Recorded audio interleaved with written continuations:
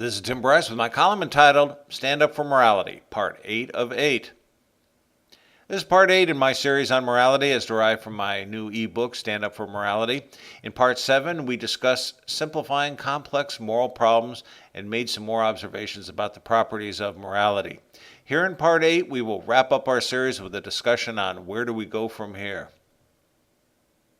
There is an old maxim derived from psychology which contends you cannot treat a patient if he doesn't know he is sick.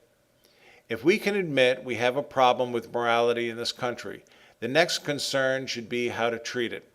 The answer should be rather obvious. Become more proactive in teaching morality. We've been reactive far too long, probably because we falsely believe someone else is going to properly teach it for us, such as the schools and the media. This hands-off approach is probably the single biggest cause for the decline of morality in this country.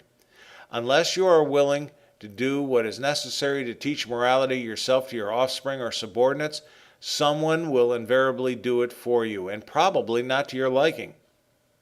First, when should morality be taught? The sooner, the better, particularly for impressionable youth. Lessons of good versus bad should be given repetitively, as well as challenging the subordinate to think for him or herself.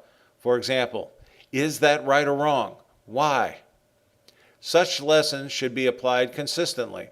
If not, the subordinates will question its validity as it applies to them. If a person understands the cause and effect of a moral lesson, they will more likely embrace it.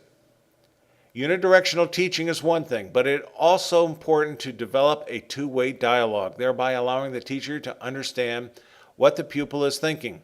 For most families, the dinner table can be invaluable for discussing morality. Openly discuss difficult subjects such as sex, drugs, alcohol, crime, violence, government, politics, whatever. Not in a crude way, but in a calm, rational manner. Do not try to escape your responsibilities. Confront them. If you do not address it now, you will have to react to it later, as your offspring will learn it elsewhere. Such an open discussion is invaluable for building trust, confidence, and bonding. For parents, it is particularly useful for understanding what is going on in your offspring's world. For example, what kind of friends they have, and what are they saying and doing. As we have stated, understanding the consequences of our actions and decisions is an important part of learning moral values. To this end, be sure to reward and punish fairly and consistently. Anything less will be observed by the object of your attention. Next, become a positive role model. This may very well mean you will personally need to shapeth up and getteth thine act together. This will likely involve some soul searching. You should always be cognizant that as a parent or boss, you are the prime role model, and as such, you should lead your life the way you want your subordinates to do so. If this means cleaning up your appearance, dress, speech, habits, or whatever, such is the price for teaching morality. Yes, this means sacrifice. It also pays to routinely monitor and analyze the progress of your children or employees.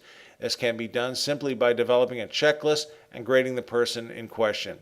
On a scale of 1 high to 5 low, consider these universally applicable attributes associated with a person's morality.